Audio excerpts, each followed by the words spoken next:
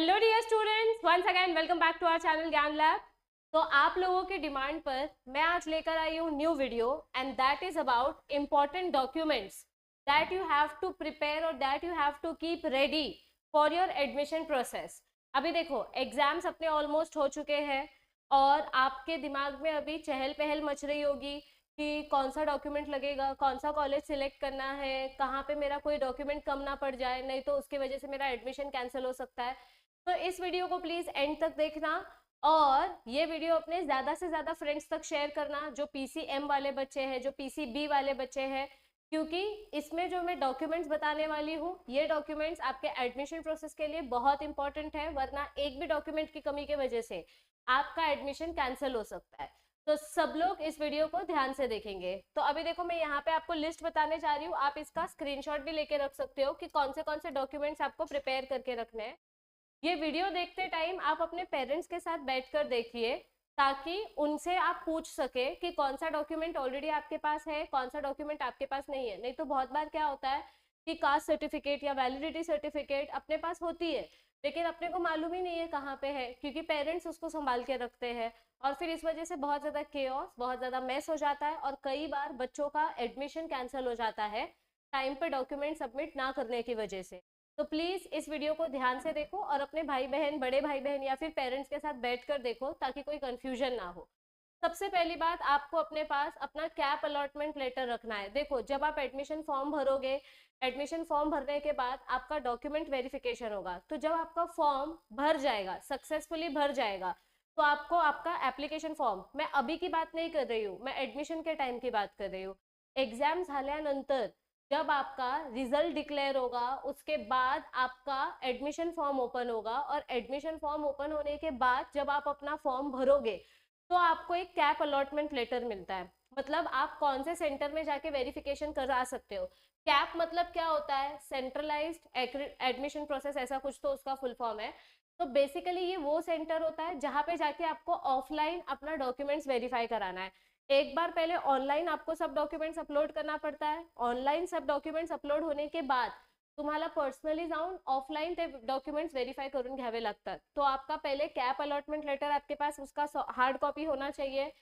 दूसरी बात, आपके पास आपका 10th स्टैंडर्ड का मार्कशीट और 10th स्टैंडर्ड का पासिंग सर्टिफिकेट, ये दोनों चीजें होनी चाहिए।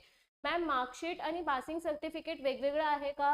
हो, 10वीची मार्कशीट एक डिफरंट कलरची असते, काहीतरी पिंक कलरची असते, माझी पिंक कलरची आहे, आणि 10वीची जी पासिंग सर्टिफिकेट है ती थोड़ी लाइट कलर की असते, लाइट ग्रीन कलर की। ये पासिंग सर्टिफिकेट आपको आपके 10वीं के रिजल्ट के 2-3 महीने के बाद स्कूल से मिला होगा। आणि ज्यांनी 10वीची पासिंग सर्टिफिकेट घेतली नाहीये, तुमच्या शाळेत जा, तिथे ऍप्लिकेशन द्या आणि तुमची पासिंग सर्टिफिकेट त्यांच्याकडून मागून घ्या।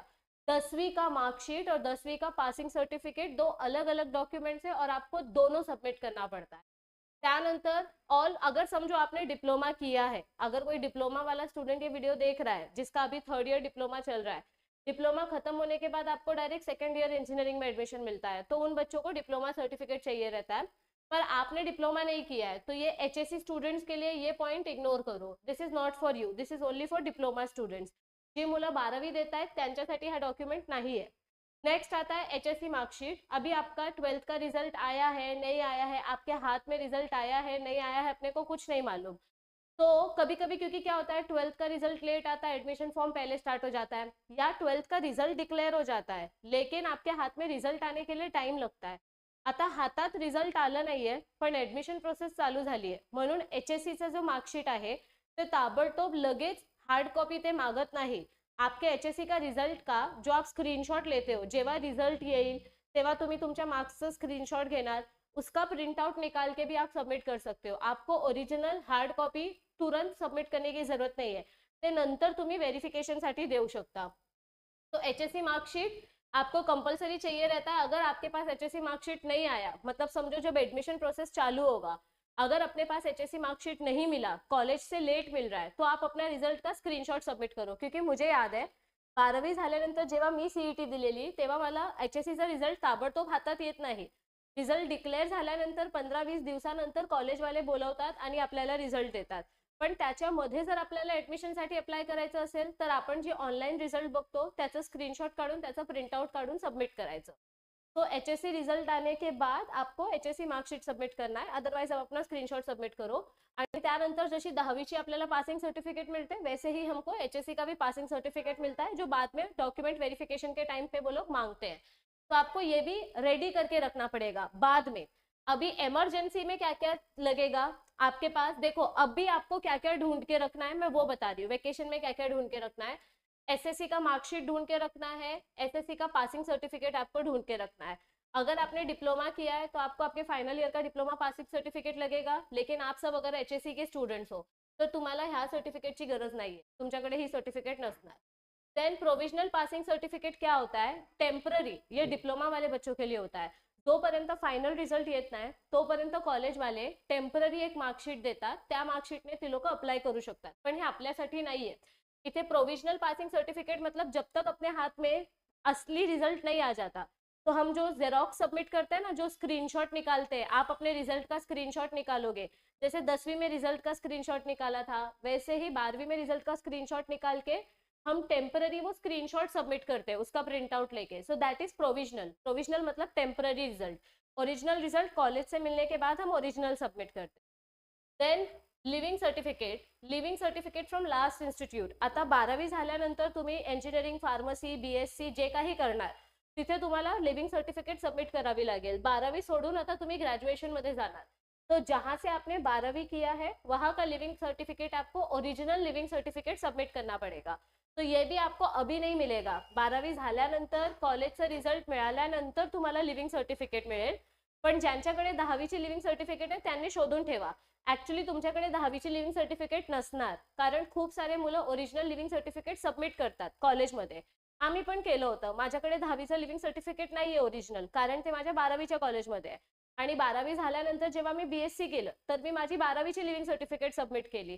BSc झाल्यानंतर जेव्हा मी MSc केलं तेव्हा मी BSc ची लिविंग सर्टिफिकेट सबमिट केली. सो बेसिकली क्या होता है, आप जब आगे ग्रेजुएशन करने जाते हो तो आप अपने पिछले साल का लिविंग सर्टिफिकेट सबमिट कर देते हो. आता कोणाकडे 10वीच्या लिविंग सर्टिफिकेटचे झेरॉक्स असेल तर ते शोधून ठेवा, नसेल तरी चालेल. 12वी झाल्यानंतर आप जिस कॉलेज से 12वी कर रहे हो वो कॉलेज आपको लिविंग सर्टिफिकेट देगा, मत इसीलिए टेंशन मत लो. ओके, तो ये भी आपके पास अभी नहीं है पर ये बाद में मिलेगा आपको. माइग्रेशन सर्टिफिकेट, ये कुछ कुछ कॉलेजेस ऐसे होते हैं जो लिविंग सर्टिफिकेट की जगह माइग्रेशन सर्टिफिकेट देते हैं. म्हणजे आता हा स्टूडेंट ह्या कॉलेजमधून ह्या कॉलेजमध्ये शिफ्ट होतोय तो उसको अपन माइग्रेशन सर्टिफिकेट बोलते हैं. देन नेक्स्ट अपना आता है कास्ट सर्टिफिकेट. कास्ट सर्टिफिकेट के बारे में हमको क्या पता है कि आप कौन से कैटेगरी को बिलोंग करते हो, आपका जो भी कोटा है वो कौन से कोटे में आता है, तो आपके पास एक वैलिड कास्ट सर्टिफिकेट होता है. आता कास्ट सर्टिफिकेट आणि कास्ट व्हॅलिडिटी सर्टिफिकेट मध्ये डिफरेंस आहे का? हो, ध्यान से सुनो. कास्ट सर्टिफिकेट मतलब you belong to this category, आप OBC को बिलोंग करते हो या आप SC को बिलोंग करते हो, this is caste certificate. Caste validity certificate वेगळी असते. व्हॅलिडिटी सर्टिफिकेट काय असतं कि आप जिस कास्ट को बिलोंग करते हो वो कैटेगरी अभी भी वैलिड है, ती कैटेगरी नलीफाई केली गेली नहीं है. मतलब जैसे अगर मैं OBC का एग्जांपल लूं, बहुत सारी जगह पे OBC के स्टूडेंट्स को ओपन कैटेगरी में डाल देते हैं. तो ऐसे कंडीशन में समझो कोई ऐसा कास्ट है जिसका कैटेगरी कैंसिल कर दिया है तो आपका वैलिडिटी सर्टिफिकेट नहीं मिलेगा. पण अगर जर तुमची कास्ट आहे अजून वैलिड तर तुम्हाला वैलिडिटी सर्टिफिकेट द्यावी लागते की माझी कास्ट वैलिड आहे.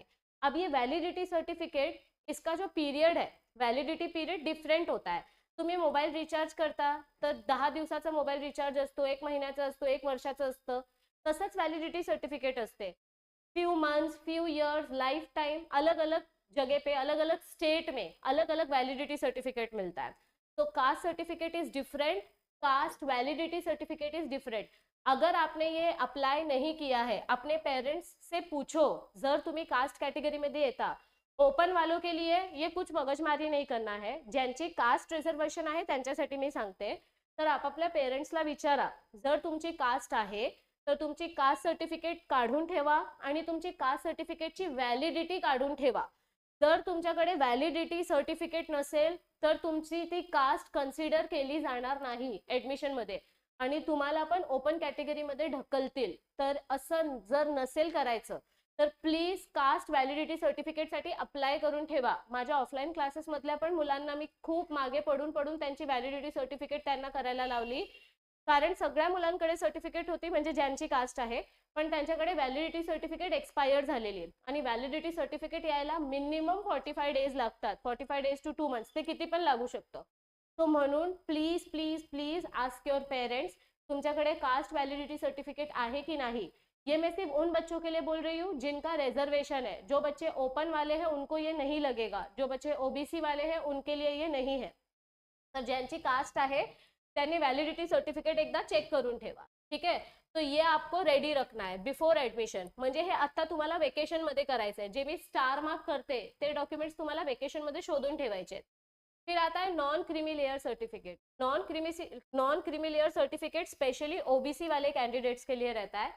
बेसिकली ये सर्टिफिकेट बताता है कि आपका फैमिली इनकम लो है, कुछ पर्टिकुलर फैमिली इनकम है, जैसे 8 लाख 6 लाख के नीचे रहेगा तो आपका ये नॉन क्रीमी लेयर सर्टिफिकेट मिलता है. मतलब आप ये गवर्नमेंट ऑफ महाराष्ट्र से वहाँ ऑनलाइन ऐसे करके एक वेबसाइट है, तो आप इस वेबसाइट से नॉन क्रीमी लेयर सर्टिफिकेट के लिए अप्लाई कर सकते हो, या लॉयर्स के पास जाओगे तो भी वो बना के देते हैं. तो बेसिकली ये ओबीसी वाले कैंडिडेट्स के लिए रहता है ताकि आप अपने रिजर्वेशन का बेनिफिट उठा सको. तो नॉन क्रीमी लेयर सर्टिफिकेट जो ओबीसी वाले कैंडिडेट्स आहे. आता हे बघा, जर तुम्हाला महाराष्ट्र कॉलेजमध्ये ऍडमिशन घ्यायचं असेल तर तुम्हाला महाराष्ट्राची नॉन क्रीमी लेयर सर्टिफिकेट लागेल. आप एमपी यूपी का कास्ट सर्टिफिकेट लाके महाराष्ट्र में एडमिशन नहीं ले सकते. मैं बार बार बोल रही हूँ, महाराष्ट्र के कॉलेज में महाराष्ट्र का कास्ट सर्टिफिकेट लगेगा. आप अगर कहीं दूसरे स्टेट से आ रहे हो तो आपका स्टेट का सर्टिफिकेट इस स्टेट में अप्लाई नहीं होगा. तो नॉन क्रीमी लेयर सर्टिफिकेट जिनके पास है वो लोग नॉन क्रीमी लेयर सर्टिफिकेट ढूंढ के रखेंगे. नॅशनॅलिटी सर्टिफिकेट, आता हे बघा, खूप साऱ्या लोकांच्या लिव्हिंग सर्टिफिकेट मध्ये लिहून येतं नॅशनॅलिटी इंडियन. मेरे लिव्हिंग सर्टिफिकेट पे ही लिखा है नॅशनॅलिटी इंडियन. पर अगर ऐसा नहीं है, जर तुमच्या लिव्हिंग सर्टिफिकेट मध्ये लिहिलं नसेल तर तुमचे जे तहसीलदार असतील किंवा जे कोण तिथे नगरसेवक असेल किंवा कलेक्टर असेल, उनके पास से आपको सिर्फ एक छोटा सा लेटर लिखवाना रहता है कि आप उस एरिया में कितने साल से रह रहे हो और आप वहाँ के रहीवासी हो. बस ये नेशनैलिटी सर्टिफिकेट बताने के लिए होता है कि you are the citizen of India. अगर आपके पास नेशनैलिटी सर्टिफिकेट नहीं है तो आपको एनआरआई कैंडिडेट ये डिक्लेयर कर दिया जाएगा और फिर आपका सीट चला जाएगा, क्योंकि एनआरआई कैंडिडेट्स के लिए बहुत कम सीट्स होता है. तर तुम्ही महाराष्ट्रामध्ये राहता, तुम्हाला महाराष्ट्र कॉलेजमध्ये अप्लाय करायचं आहे तर तुमच्याकडे नॅशनॅलिटी सर्टिफिकेट असली पाहिजे की तुम्ही इंडियन आहात. नॅशनॅलिटी सर्टिफिकेट नसेल, इट्स ओके, तुम्ही तुमच्या तहसीलदार किंवा नगरसेवक किंवा कलेक्टर कडून एक छोटंसं लेटर लिहून घ्यायचं कि तुम्ही त्या एरियामध्ये एवढ्या एवढ्या वर्षातून राहताय. बस खत्म, कुछ इसमें मगजमारी नहीं रहता है, क्योंकि मैंने भी लिख के लिया था ये. Then domicile certificate. Domicile certificate is compulsory अगर आप महाराष्ट्र के कैंडिडेट्स हो और अगर आप महाराष्ट्र के कॉलेज में अप्लाई कर रहे हो तो आपके पास डोमिसाइल सर्टिफिकेट होना 100% कंपलसरी है. Without domicile certificate your admission will not be considered in Maharashtra. आपका महाराष्ट्र कैंडिडेट का सीट चला जाएगा, फिर आपको नॉन महाराष्ट्र कैंडिडेट से कंसिडर किया जाएगा. तो जिन्होंने डोमिसाइल सर्टिफिकेट नहीं बनाया है वो लोग आज के आज जाओ, अपने पहले पेरेंट्स से पूछो, त्यांच्याकडे डोमिसाइल सर्टिफिकेट असेल तर तुमची डोमिसाइल सर्टिफिकेट पटकन तयार होईल. जर पेरेंट्स कडे डोमिसाइल सर्टिफिकेट नाही है, तुमची डोमिसाइल सर्टिफिकेट बनवायची असेल तो आपका 18 इयर्स कंप्लीट होना चाहिए. पण जर ते पण नसेल तर खूप मगजमारी करावी लागते डोमिसाइल सर्टिफिकेट बनवून घ्यायला. म्हणून प्लीज लेट करू नका. This domicile certificate is very very very important. जर समजा डोमिसाइल सर्टिफिकेट नाहीये पण तुमचा जन्म महाराष्ट्रात झालाय तर टेम्पररी तुम्ही तुमची बर्थ सर्टिफिकेट सबमिट करू शकता, कारण बर्थ सर्टिफिकेट वरती आपली सिटी आणि स्टेट लिहून येतं. माझ्या बर्थ सर्टिफिकेट वर लिहिलंय मुंबई महाराष्ट्र. पण जर समजा तुमच्याकडे बर्थ सर्टिफिकेट पण नसेल आणि तुमच्याकडे डोमिसाइल पण नसेल पण तुम्ही महाराष्ट्राच्याच रहिवासी आहात तर मग तुमचं ऍडमिशन नॉन महाराष्ट्र कैंडिडेट म्हणून होणार, कारण डॉक्युमेंट नाहीये तुमच्याकडे. तो आपके पास डोमिसाइल सर्टिफिकेट या बर्थ सर्टिफिकेट दोनों में से कुछ एक होना चाहिए जिसमें आपका स्टेट महाराष्ट्र लिखा हो. पण डोमिसाइल सर्टिफिकेट खूप कंपलसरी आहे, तर प्लीज ही सर्टिफिकेट बनवून घ्या. तो वेकेशन में आपको ये डोमिसाइल सर्टिफिकेट बना के रखना है. आता समजा खूप सारे मुलं इथे ड्रॉपर आहेत, 1 वर्षाचा गॅप घेऊन 2 वर्षाचा गॅप घेऊन किंवा काय फाइनेंशियल रीजन मुळे 4-5 वर्षाचा गॅप झाला असेल. आपका जितना भी टाइम का गैप हुआ है आपको गवर्नमेंट लॉयर के पास जाकर एक 150-200 रुपए का एफिडेविट बनवा के लेना है कि मैंने इतने साल का गैप लिया है, 12th के बाद मैं 2 साल के बाद ग्रेजुएशन करने जा रहा हूँ, क्योंकि मेरा फाइनेंशियल कंडीशन अच्छा नहीं था, क्योंकि सम पर्सनल प्रॉब्लम आ गया था बस। तो वो एफिडेविट बना के देते हैं और वो एफिडेविट आपको अपने कॅप सेंटर में सबमिट करना होता है। तो जर तुमचं गॅप झालं असेल तरच तुम्हाला गॅपची एफिडेविट सर्टिफिकेट लागेल, जर गॅप नसेल तर तुम्हाला ही सर्टिफिकेट लागणार नाही। जी मुलं आत्ताच 12वी दिली आहे ज्यांनी आणि तुम्ही आत्ताच अप्लाय करणार ऍडमिशनसाठी, तर तुम्हाला गॅप सर्टिफिकेट लागणार नाही। देन स्टैम्प साइज फोटोग्राफ, आपको नॉर्मल पासपोर्ट साइज फोटोग्राफ लगेगा, 4-5 निकाल के रखो, एंड आधार कार्ड का xerox and original. Aadhaar card तो आजकल हर जगह पे कंपलसरी चाहिए ही चाहिए। तो these are some documents that you need to have with you. मैं एक बार फिर से बोल रही हूँ, कौन से डॉक्यूमेंट्स आपको वेकेशन में ढूंढ के रखने हैं? आपका एसएससी का मार्कशीट, आपका एसएससी का पासिंग सर्टिफिकेट, आपका cast certificate, cast validity certificate. Open category होगी तो ये छोड़ दो, पण ज्यांची कास्ट कैटेगरी आहे तर तुम्हाला हे डॉक्युमेंट शोधून ठेवायचे। जिनका ओबीसी है तो आपको अपना नॉन क्रिमी लेयर सर्टिफिकेट ढूंढ के रखना है, जर नसेल तर लॉयर कडे जाऊन बनवून घ्या, लॉयर सगळं काम करून देतात। तो ओबीसी का non creamy layer certificate, domicile certificate is very important. अपना फोटो वगैरह खिंचवा के रखो, अगर आपका गैप हुआ है तो आप पहले से एफिडेविट बना के रखो। नेशनैलिटी सर्टिफिकेट अपने तहसीलदार से बना के लो, अपने कलेक्टर के पास से जाके बना के लो, और आधार कार्ड सब लोग अपने पास रेडी रखना। तर जे मी ब्लू टिक केले ते डॉक्युमेंट्स तुम्हाला आत्ता शोधून ठेवायचे। रिझल्ट आल्यानंतर तुम्हाला तुमच्या कॉलेजची लिव्हिंग सर्टिफिकेट मिळेल, 10वीचं मार्कशीट मिळेल, 10वीची पासिंग सर्टिफिकेट मिळेल, मग तेव्हा तुम्ही हे सबमिट करू शकता। So I hope this video was helpful to all of you. अगर आपको ये देखना है कि कौन से कॉलेज का कितना कट ऑफ है, कौन से कॉलेज का फीस कितना है, कितना सीट है, जर तुम्हाला कॉलेज बद्दल डिटेल्स हवे असतील तर तुम्ही ही व्हिडिओ चेक करू शकता। ह्या व्हिडिओची लिंक मी खाली डिस्क्रिप्शन मध्ये दिलेली आहे।